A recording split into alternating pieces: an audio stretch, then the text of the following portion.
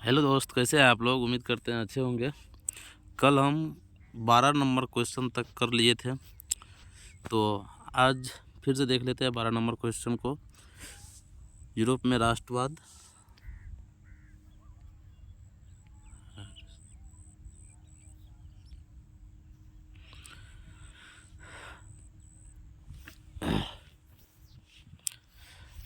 Hello दोस्त, कैसे हैं आप लोग। उम्मीद करते हैं अच्छे होंगे।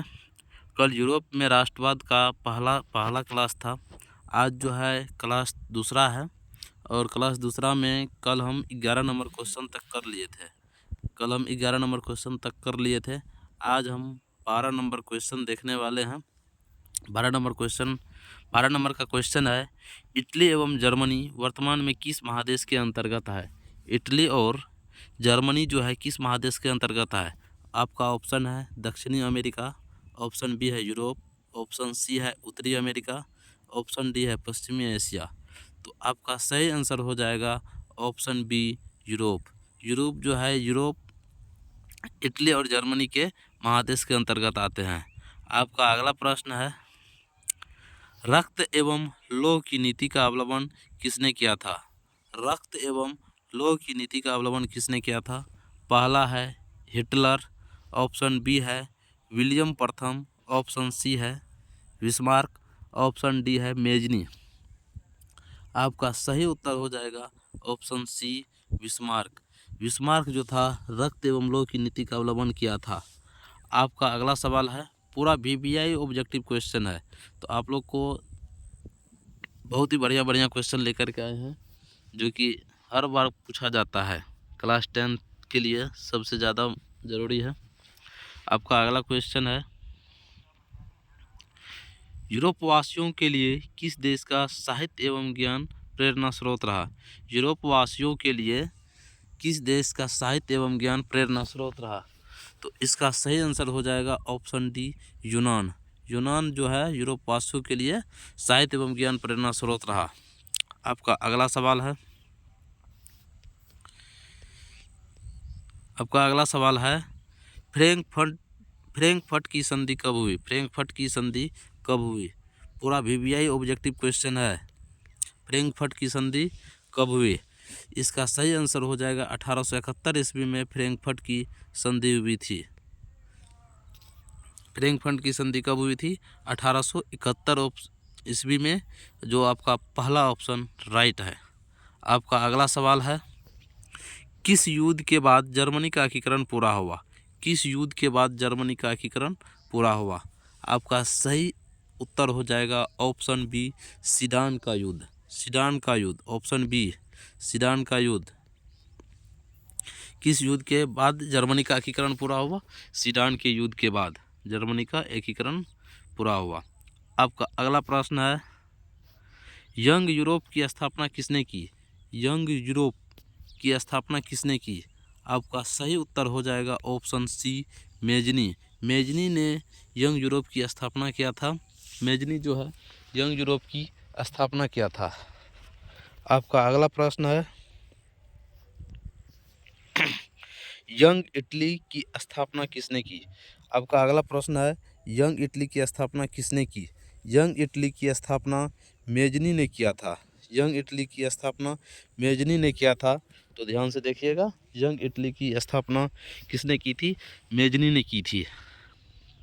आपका अगला प्रश्न है, सीडान का युद्ध कब हुआ। सीडान का युद्ध कब हुआ। आपका अगला प्रश्न है, सीडान का युद्ध कब हुआ।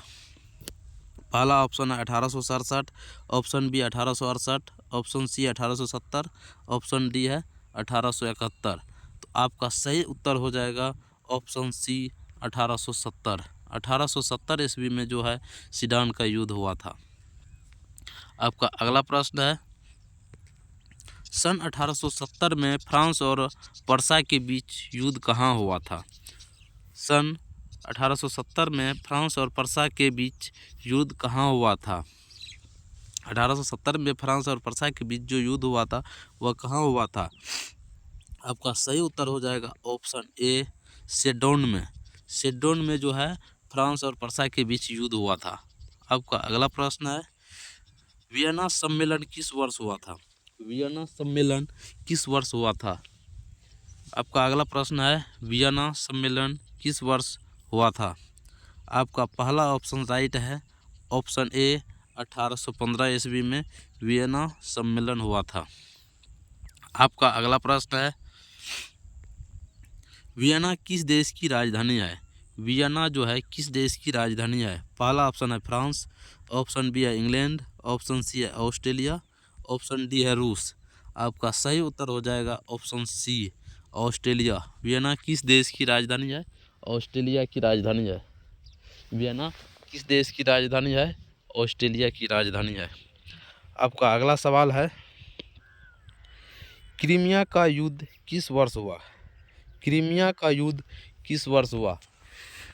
आपका पहला ऑप्शन है 1854 ईस्वी, ऑप्शन बी है 1855, ऑप्शन सी 1856, ऑप्शन डी 1860। आपका सही उत्तर हो जाएगा ऑप्शन ए 1854 ईस्वी में क्रीमिया का युद्ध हुआ था।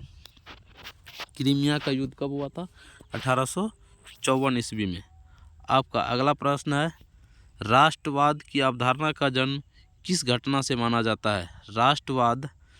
राष्ट्रवाद की अवधारणा का जन्म किस घटना से माना जाता है? तो आपका पहला ऑप्शन है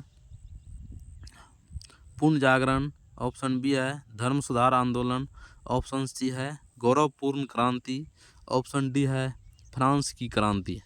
आपका सही उत्तर हो जाएगा option D. Option D France की क्रांति। राष्ट्रवाद की अवधारणा का जन्म किस घटना से माना जाता है? तो फ्रांस की क्रांति से माना जाता है। आपका अगला प्रश्न है, नेपोलियन संहिता किस वर्ष लागू की गई?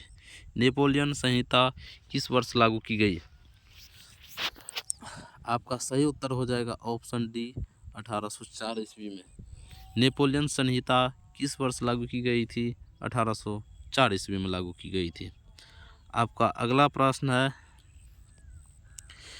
वियना सम्मेलन कांग्रेस का अध्यक्ष कौन था? वियना सम्मेलन कांग्रेस का अध्यक्ष कौन था? वियना सम्मेलन कांग्रेस का अध्यक्ष कौन था? तो आपका ऑप्शन डी सही होगा, मेटरनिक।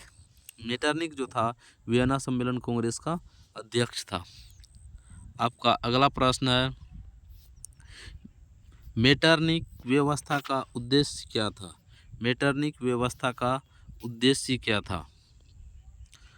आपका पहला ऑप्शन है गणतंत्र की स्थापना, ऑप्शन बी है प्रजातंत्र की स्थापना, ऑप्शन सी है पुरातन व्यवस्था की पूर्ण स्थापना करना, ऑप्शन डी है नेपोलियन की पूर्ण व्यवस्था करना।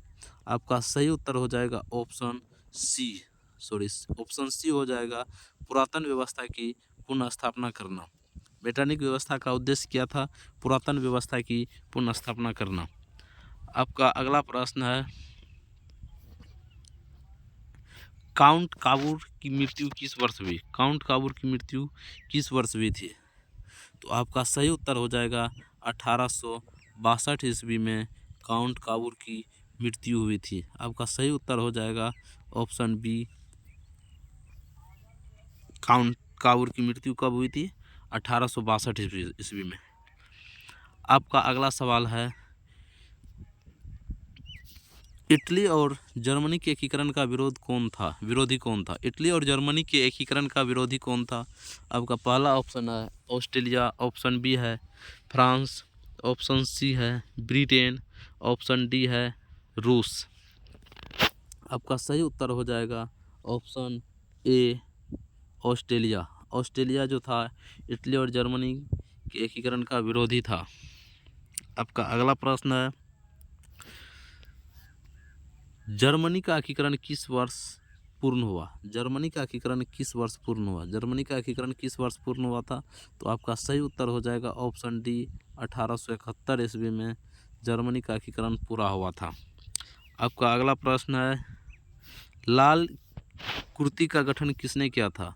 लाल कुर्ती का गठन किसने किया था? तो आपका ऑप्शन सी सही है, गेरिबाल्डी ने किया था। ऑप्शन सी, गेरिबाल्डी ने जो है लाल कुर्ती का गठन किया था। आपका अगला प्रश्न है, जाल्बे राइन संघ की स्थापना किस वर्ष हुआ? जालबे राइन संघ की स्थापना किस वर्ष हुआ था? आपका सही उत्तर हो जाएगा 1834 ईस्वी में। जालबे राइन संघ की स्थापना किस वर्ष हुआ था? 1834 ईस्वी में हुआ था। आपका अगला प्रश्न है, गौस्टीन की संधि किस वर्ष हुई थी? गौस्टीन की संधि किस वर्ष हुई? गौस्टीन की संधि किस वर्ष हुई? आपका सही उत्तर हो जाएगा ऑप्शन बी 1865 ईस्वी में। आपका अगला प्रश्न है, यूरोपीय सभ्यता का पालन किसे कहा जाता है? यूरोपीय सभ्यता का पालना किसे कहा जाता है? यूरोपीय सभ्यता का पालना किसे कहा जाता है? आपका सही उत्तर हो जाएगा ऑप्शन डी, यूनान को। चलिए ठीक है, तो अगर वीडियो अच्छा लगा हो तो वीडियो को लाइक कीजिएगा और चैनल को सब्सक्राइब कीजिएगा और अपने दोस्तों के साथ भी भेज दीजिएगा। इसी तरह से हम आपके लिए पीबीआई ऑब्जेक्टिव क्वेश्चन लेकर के आते रहेंगे। Thank you.